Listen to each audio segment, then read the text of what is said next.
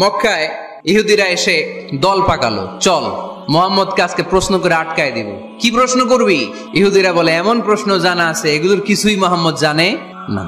ইহুদিরা এসে হাজির, মুহাম্মদ আমরা কালিমা পড়ে মুসলমান হব। আল্লাহ রাসূল তো মহা খুশি, তবে শর্ত আছে। কি শর্ত?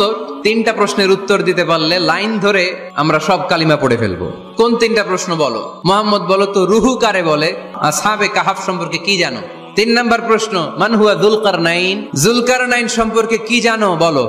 আল্লাহ রাসূল সাল্লাল্লাহু আলাইহি ওয়াসাল্লাম বললেন গাদান উজিবুকুম, আগামীকাল উত্তর দিব।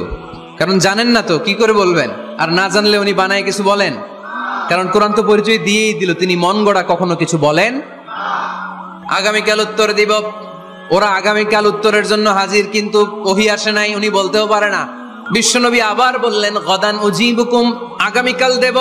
তারপরের দিন ইহুদিরা এসে হাজির, বিশ্বনবী উত্তর করতে পারেন না। তৃতীয় দিনও তিনি পারেন না, এসে হাসাহাসি শুরু করছে। এই মক্কার লোকেরা দেখো, এই লোকটা এতদিন তোমাদেরকে ভুল বুঝাইছে। এই লোকটা এতদিন বলেছে তিনি নবী। তিনি যদি নবী হতো তিনি তো প্রশ্নের উত্তর করতে পারতো, পারে না কেন? এটাই প্রমাণ করে তিনি নবী নয়। তিনি যদি জানতেন তাহলে তো উত্তর দিতেন, পারেন না কেন?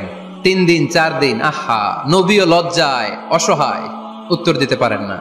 টানা 15 দিন ওহী আসে নাই, নবী উত্তরও দিতে পারে না। আল্লাহ রাসূল সাল্লাল্লাহু আলাইহি ওয়াসাল্লামের জন্য এত বিব্রতকর পরিস্থিতি আর কখনো ছিল না। তিনি বারবার বলতেছেন কালকে বলবো, কিন্তু উত্তর আসে না। এর কারণ নবী ইনশাআল্লাহ বলে নাই। এরপর আল্লাহ কোরআনের আয়াত নাযিল করলেন, ওয়ালা তাকুলান্না লিশাইইন ইন্নী ফাইলুন যালিকা গাদা ইল্লা আইয়াশা আল্লাহ। নবী গো, ভবিষ্যতের কোন কাজের ব্যাপারে যদি কাউকে ওয়াদা দেন, ওয়াদা দেওয়ার আগে অবশ্যই ইনশাআল্লাহ বলে দিয়েন।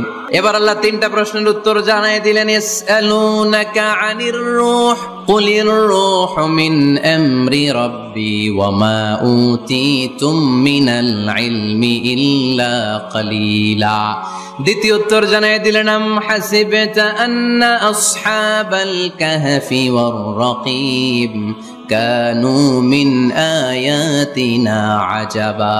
3 নাম্বার প্রশ্নের উত্তর আল্লাহ সূরা কাফে জানিয়ে দিলেন, ইয়াসআলুনাকা আন যিল কারনাইন কুল সাআতলু আলাইকুম মিনহু যিকরা।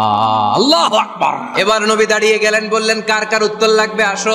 রূহ হলো আল্লাহর আদেশ, আল্লাহর আদেশে ঢুকে আর আল্লাহর আদেশে বের হয়। আসহাবে কাফের 7 জন ছেলে ছিল, গুহার মধ্যে আল্লাহর ভয় ঢুকেছে। 309 বছর পরে আল্লাহ তাদেরকে আবার ঘুম থেকে জাগিয়েছে। যুলকারনাইন এমন একজন বাদশা, গোটা বিশ্বকে শাসন করেছে, তার শাসন ক্ষমতার কোনো কমতি ছিল না। সুবহানাল্লাহ।